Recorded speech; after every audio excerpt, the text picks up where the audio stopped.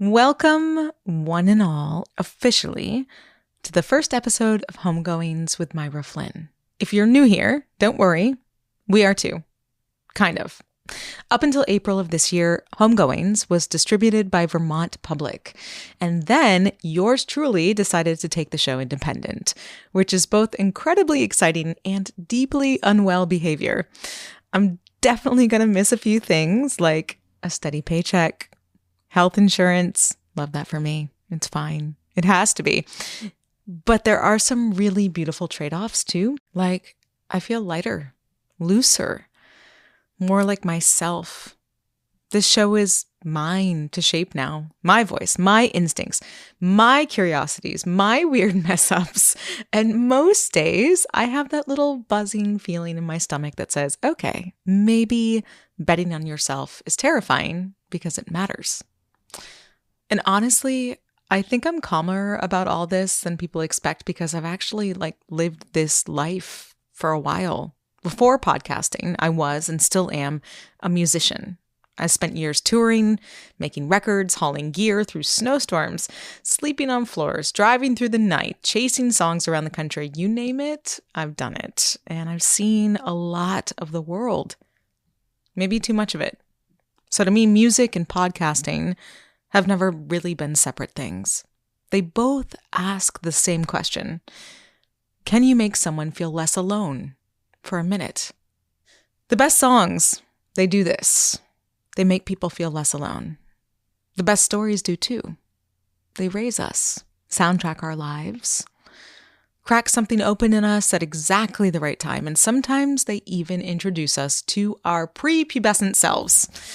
And if I had to pick one of those coming-of-age songs for me, it would be this one.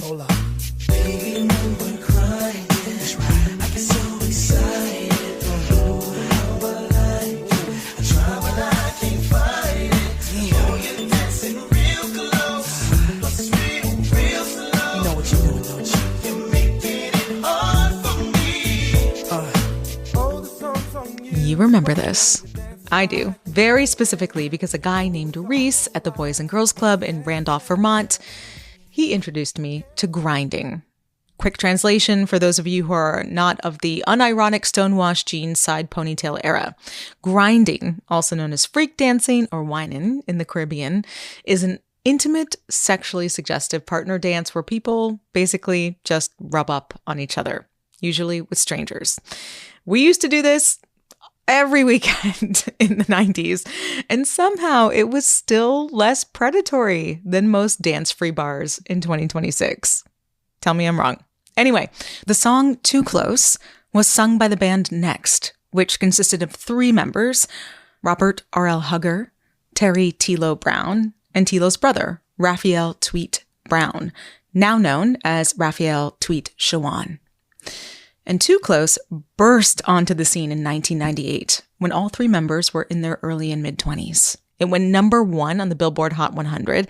And when I think about its story, this is a song about what we'll politely call a certain physical reaction that can take place when you are dancing too close.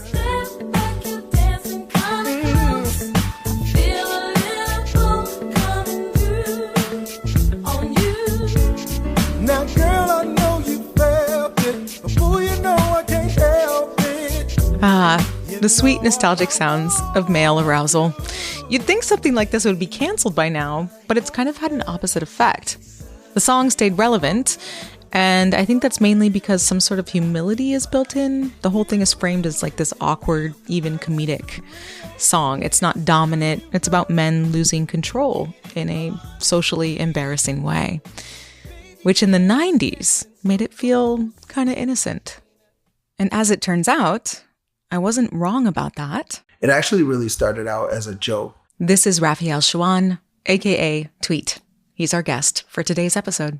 Because back in the day, everyone knows that was, we had house phones. And on a house phone, you can have more than one phone in the house that's connected to the same call. And we were on the phone with some females that we had met. And I think a moment for some females. Carry on. The question was asked, have you ever felt a guy get aroused on the dance floor when you're dancing? And the female was like, yeah. And then I say, well, how did that make you feel? And then one of the females said, we do it on purpose. And like literally shut the whole call down. We were both like, what? And we were just really shocked to get that answer. And we went downstairs and KG had the track on to Too Close. And we just started writing to the song. The song was written and recorded in under 45 minutes. Wow. Yeah. Started as a joke. I wonder if she could tell I'm hard right now. Too Close was a joke the whole world felt in on. We were universally kind of all like, hell yeah, I've danced with somebody who got a little too excited on the dance floor. And I think we assumed that the band who wrote it was just out there having the time of their lives, touring the world, building their sexual soundtrack empire. I know I assumed that until recently when I started asking questions. Why was that decision made so young to be so sexual? Collectively, we were all mannish young boys who wanted to get with females, and we figured we could do it with our music because we noticed women like guys who sing. And I mean, we tried to make the nastiest songs to have the song say it for us instead of having to have the conversation play my song. But for me, I believe I was most sexualized because of my experiences, because from 3 to 6, I was molested. This interview with me and Tweet, it happened in 2024 at his apartment in Westwood, California. Right before this, he quit the group. And he hasn't told this whole story before. Not publicly. Not like this. So yeah, this is an exclusive from him and for us. We sat together for 3 hours, long enough for a joke song to stop sounding like a joke.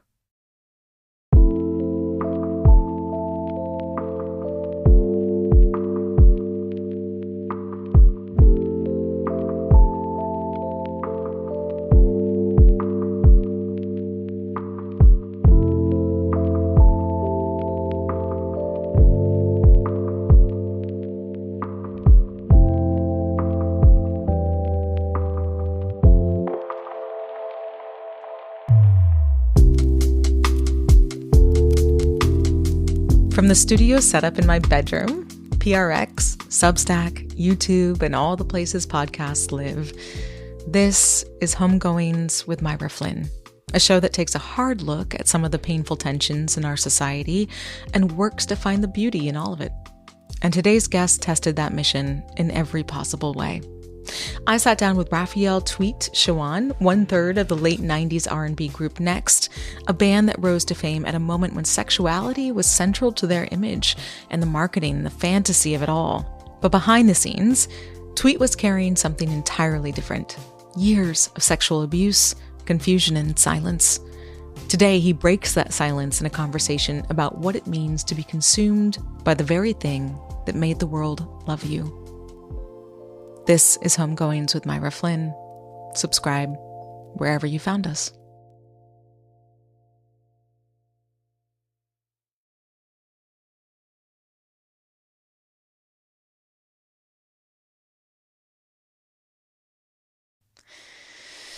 Spoiler alert. Every episode of Homegoings is marked as explicit, and that's intentional. This episode contains conversations about child sexual abuse and rape. In the spirit of being indie, we are not interested in sanding those stories down into something more comfortable to hear.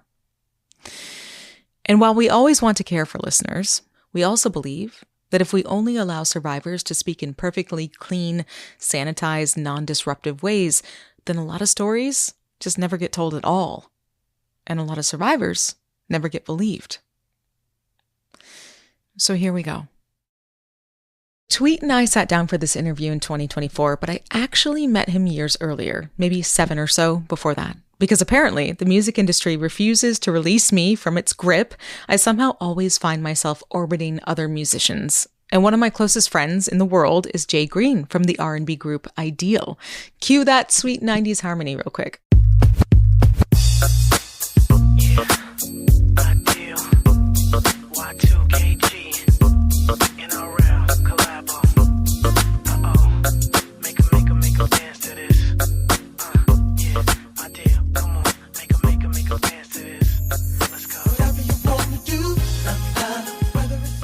So at this time, in 2024, Jay and Tweet were living in the same apartment building alongside a rotating cast of singers, songwriters, producers, managers. Basically, it was kind of like an unofficial R&B commune. So whenever I got invited over for a cookout or game night or some random Tuesday songwriting session, it was always a good time. It still is. Anyway, the first thing I noticed about Tweet was that he was almost aggressively positive. Like you could tell him that your car got repossessed and somehow 5 minutes later he'd have you believing it was God redirecting your blessings. Seriously, he talks like this in real life.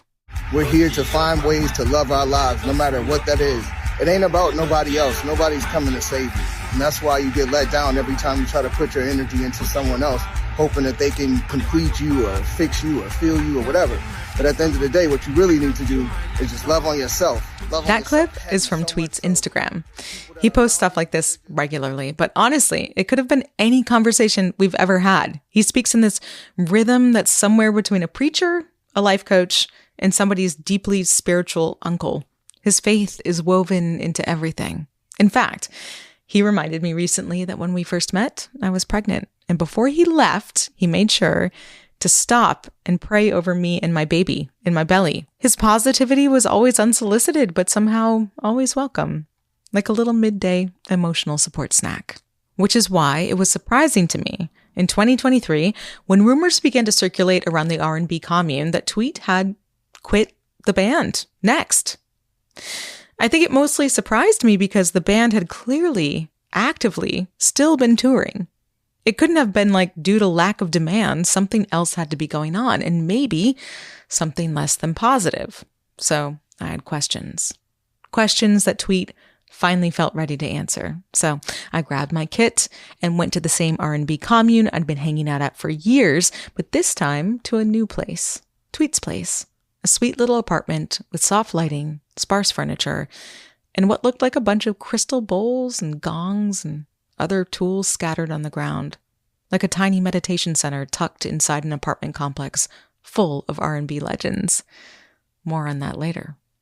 And when we finally sat down together, it felt less like he was beginning a story and more like he was putting something down that he'd been carrying for a very long time.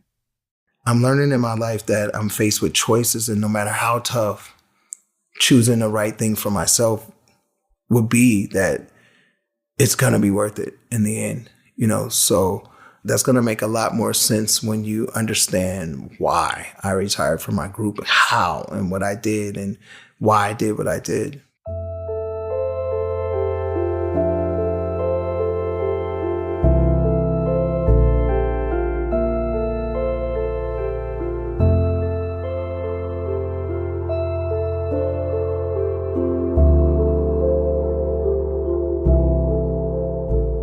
To understand why Tweet walked away from the group, you really have to start at the beginning.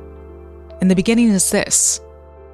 A part of me being Tweet from Next and ripping my shirt off and doing the gyrating and being highly hypersexualized, it came from some of the experiences I had growing up, because from 3 to 6, I was molested by a woman. We would go to her house and it'd be like daytime. I had no concept of time at the time because I was so young. But I know when we got there, the rules were this. We get there, we had to go change into our party clothes, meaning just a robe and naked under it. And so we'd start this party that she made up, and she would let us, because she smoked cigarettes, she would let us hold her cigarettes and pretend to smoke it. Now, menthol cigarettes have even if it's not lit and you taste it, it has like a numbing or there's a taste that comes off of it. So I never liked it. I wasn't into it.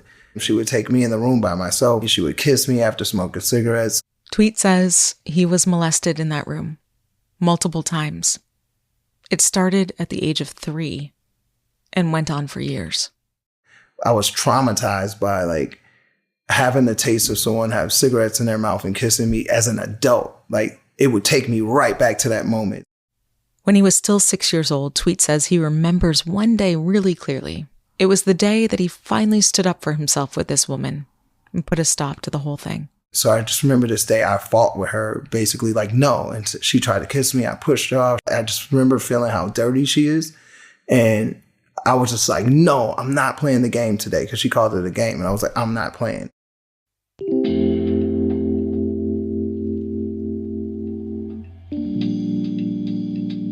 In what feels like strategically coincidental, or maybe even a little divine, the sun finally seemed to break through for Tweet after he stood up to the woman abusing him, because according to him, she suddenly just disappeared from his life. She stopped coming around, and for the very first time, things felt a little lighter. I spoke with both Tweet and his mom about this period in his life. She remembers him telling every detail to her at age 14. She says, when she did find out, it was really hurtful. Yes, because it was her son. Yes, because it went down on her watch, but also because this happened to her too when she was young. Tweet tucked himself back into family life and into his faith. He even tried to become a preacher at age 9. This is a dude who likes to take big swings. But around age 12, things shifted again. His older brother Tilo was kicked out of the house, and according to Tweet and his mother, his mom gave him an impossible choice. Stay with her and cut ties to your brother, or you can leave too. Tweet says he hugged his mom goodbye and walked out the door. At this point in his story, Tweet is 16, and after bouncing around a bit, he eventually landed himself a place to live in Arizona with someone from his family's past. The person was someone that we had a lot of respect for.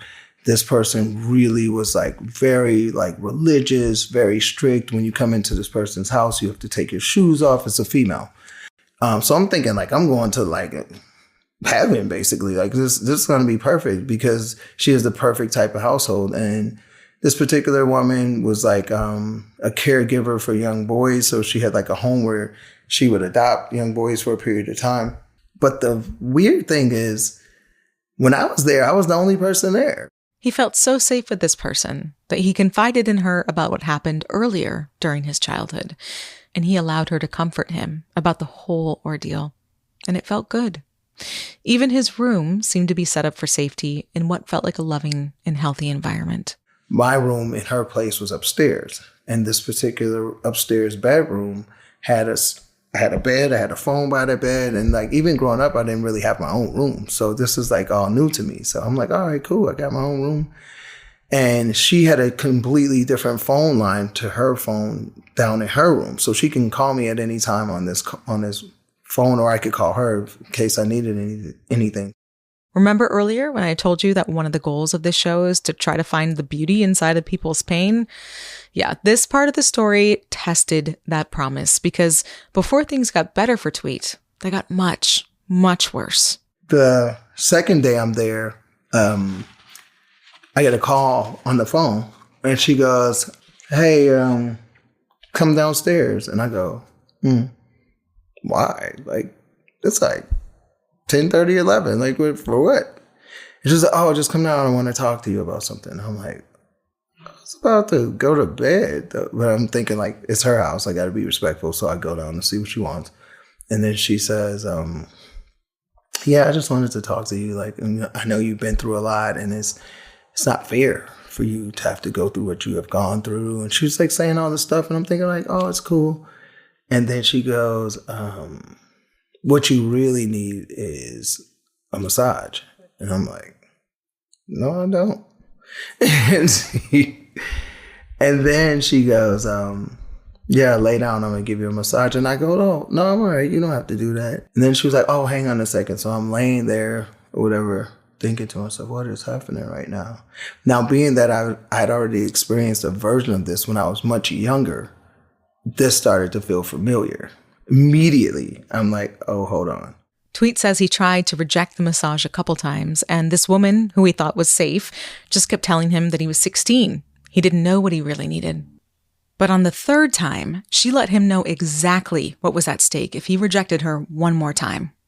And it's as soon as I thought it, she said, if you don't cooperate with me anytime, you can leave. You don't have to be here. I'm thinking that's pretty aggressive. Then she comes back and she just has a silk robe on and she's naked. And I felt so powerless. I felt like if I don't comply, I'm going to be homeless.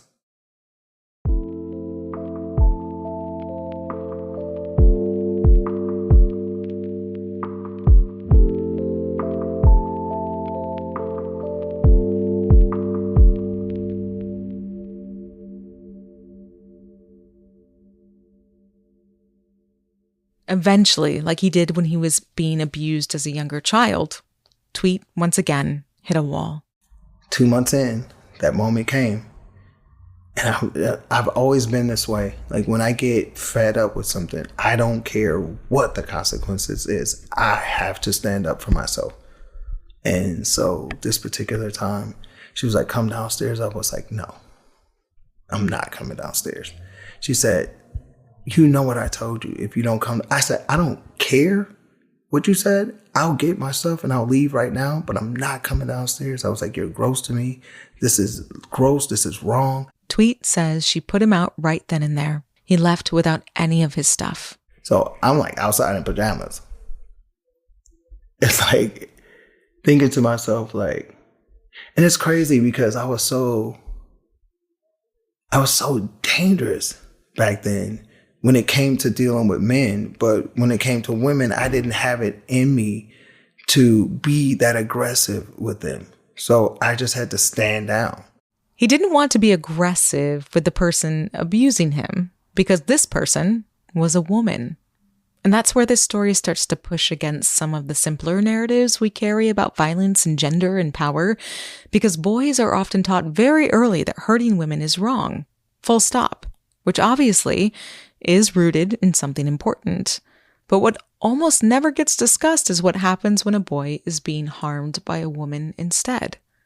Where could he put his fear, his rage, his instinct to protect himself? I also personally experienced this tension in real time as Tweet told me about this woman in great detail. Part of me is very simple. I want to fight. Like genuinely, people who hurt people like this, I don't have a lot of patience for nuance. But there is this other layer, I'll admit, and it's because she is a woman, and a Black woman at that. And I can feel myself reaching for the thing I always reach for, which is to protect her, contextualize her, give her the benefit of the doubt. What happened to her before she did this? The same instinct I have for my daughter, for myself, for the women I love. But in sitting in this interview with Tweet, I've realized that instinct has limits. He was 16. And when someone older uses power, experience, trust, or authority to sexualize and violate a teenager, we have to be honest about what that is, even if the person causing harm is a woman. That doesn't get softened. Rape is rape. And that's the confusing thing about my life. The molestation I've experienced from birth to this particular age that I'm discussing right now was all women in my life. So I never had a man try to molest me. And like, there's a lot of stories where, in these industries where, young guys deal with that type of thing. And I understand that, it doesn't, I'm a representation that it doesn't make it better that it was a woman. If you are a survivor of sexual assault or know someone who is, there is help available. You can call the RAINN National Sexual Assault Hotline at 800-656-4673. We'll put their website in our show notes too. And we'll be right back.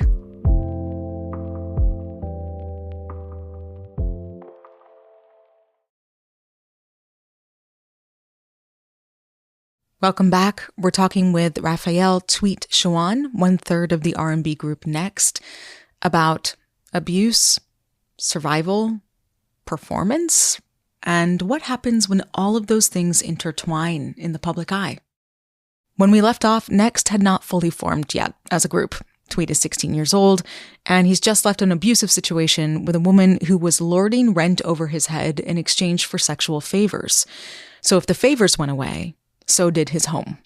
And that's exactly what happened. When he finally stood up for himself, she put him out on the street, and young Tweet had to pivot immediately. So now, mind you, I'm like standing outside. I'm by myself. I'm in my pajamas, and I literally don't have any of my stuff. Like every time I had to move, I was having less and less stuff anyway. So even still to this day, I'm like not attached to things. Like I can just be like, all right, if I gotta go, I gotta go. That's like whatever I need, I'll take what I need. But if I can't take it, then it wasn't meant, and I'm okay with that. So it's taught me to be able to let go things. Tweet had already gotten used to surviving impossible pivots. But this time, instead of turning back toward family or survival mode, he decided to bet on himself. He enrolled in college. And honestly, school made sense for him. Tweet and his mom say he'd always gotten good grades, and for the first time in a long time, he could actually picture a future that felt stable, like truly safe even. He was excited about it. I wanted to be a computer engineer since childhood.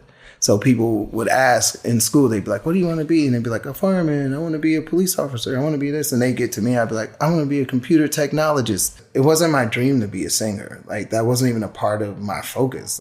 The same year he enrolled in college, Tweet says his brother Tilo came to him with a very different plan for their lives. Tilo was like, we need to try to give this group thing a shot. And I'm like, I'm going to give them to the end of summer. If we're good, then obviously that's what I'm meant to do. I'll do it. But if not, I'm going to college.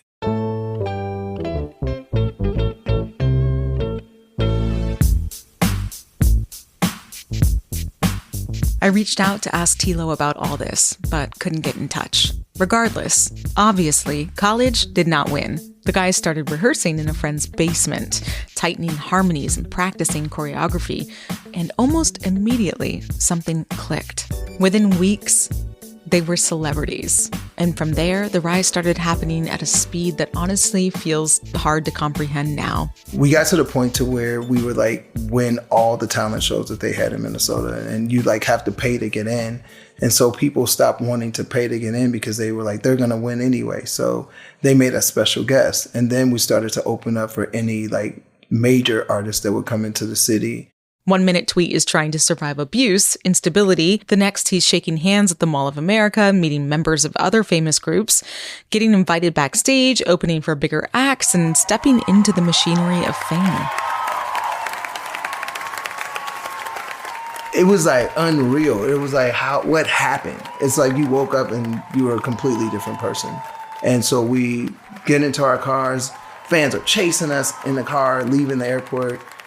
Every show we had was sold out. People were ripping our clothes off. I remember RL and I used to jump in the audience, and I jumped in the audience once, and I almost didn't make it back. Like they tore like everything, and I've never felt so much fear for my life from people that were not trying to hurt me. It all happened so fast. Tweet never really had the time to process what had happened to him before the world started turning him into a sex symbol. Before there was therapy. Before understanding, there was performance. When you see Tweet from Next, I had muscles popping everywhere. I was gyrating. I was doing my thing. And that's all you saw. You saw all this sexual energy that I was giving off because it was supposed to, bring fans. Any dentist will tell you there is such a thing as too much cake. And that's exactly what started happening with Tweet and all of this sweet, sweet fame. As most of us know, unresolved trauma catches up with you in one way or another. Here's the thing about sexual abuse and trauma among Black boys and men. The silence around it is enormous. And because that silence is so normalized, many Black boys who experience sexual abuse never tell anyone. Not when it happens, not as teenagers, sometimes not even as adults. And the numbers we do have suggest that this is far from rare. According to the CDC, about 1 in 20 boys in the United States experiences sexual abuse before the age of 18, and research shows a higher prevalence for Black boys. A lot of people learn to survive by packing those experiences away, by performing strength, masculinity and control, and even sexual confidence, anything but vulnerability. And all of this, honestly, makes me think differently about Tweet's performance on stage.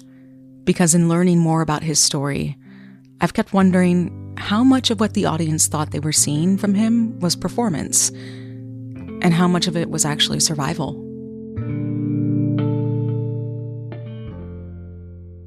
Tweet says at 47 years old, after literally decades on the road being groped and desired by fans for all of his formative years, he decided to make one last-ditch effort at making his artistic life feel healthier. He made a pitch to upgrade his role in the group. I make music. I make high vibrational music. I even rap, and I have some songs that I put out. I ain't got to lose. I'm confident they got shit to prove. I'm doing me, don't feel me cool. Got love for everybody, I ain't here for you. Loving my life, flex my style. Been through shit, I'm good now. Filling my shoes, couldn't walk a mile. Happy real life, don't need fake smiles. So I wanted to start to express different aspects of myself because I feel like I have more to offer than just gyrating. And I just didn't want to live and die and just be this one-dimensional energy when I know I have so much more to offer. But according to Tweet, no one was eager to move him out of the hypersexual role he'd been in for so long. So eventually, he started resisting that image in small, almost private ways. I had to make a physical protest.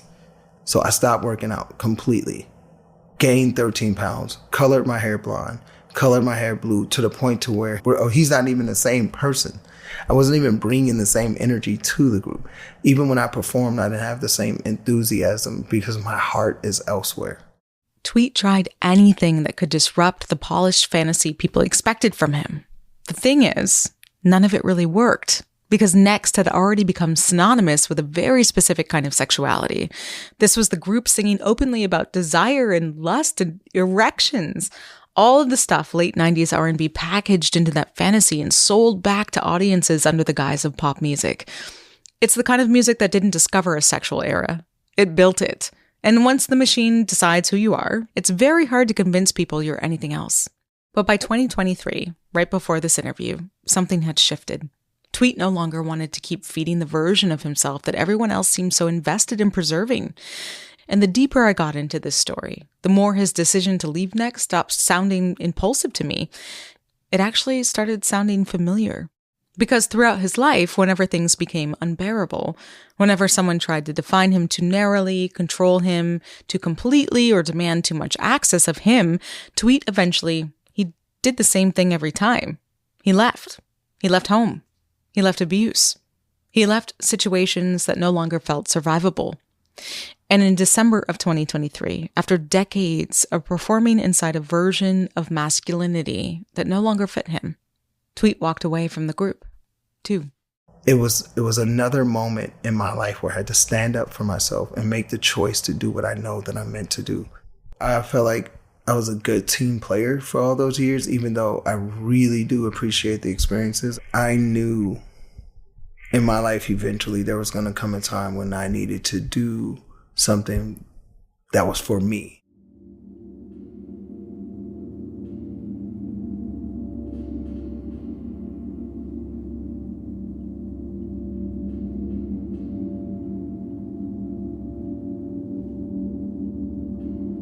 It's 2026 now, a year and a half since this interview, 2.5 years since Tweet left Next.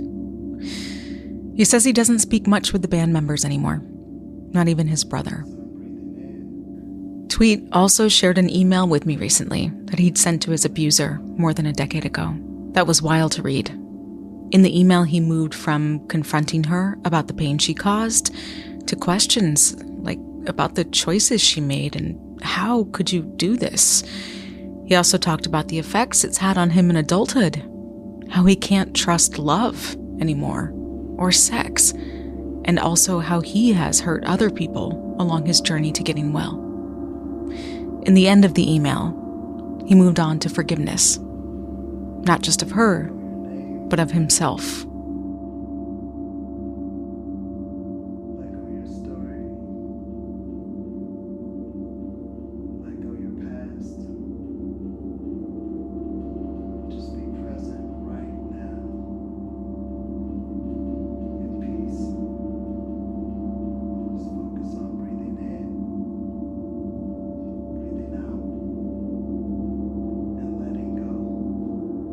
You know that phrase, hurt people hurt people? I kind of hate it. it feels too fatalistic. And it ignores the fact that a lot of hurt people spend their lives trying to make sure other people feel less alone than they did. Sometimes, hurt people heal people. In fact, if we're being real, a huge chunk of the wellness industry is built by hurt people trying to understand or survive their own pain. And that's exactly where Tweet seems to have landed. He's now a proud founder of a company that literally does sound baths. I'm talking full body, lie on the floor, let the vibrations rewrite your nervous system kind of healing. And he says this is how he's been finding his way back to himself. After decades inside an industry that made him speed into adult sexuality before he was ready, he's moved into an industry with almost opposite energy. A space built around helping people slow down long enough to actually feel what's going on inside of themselves.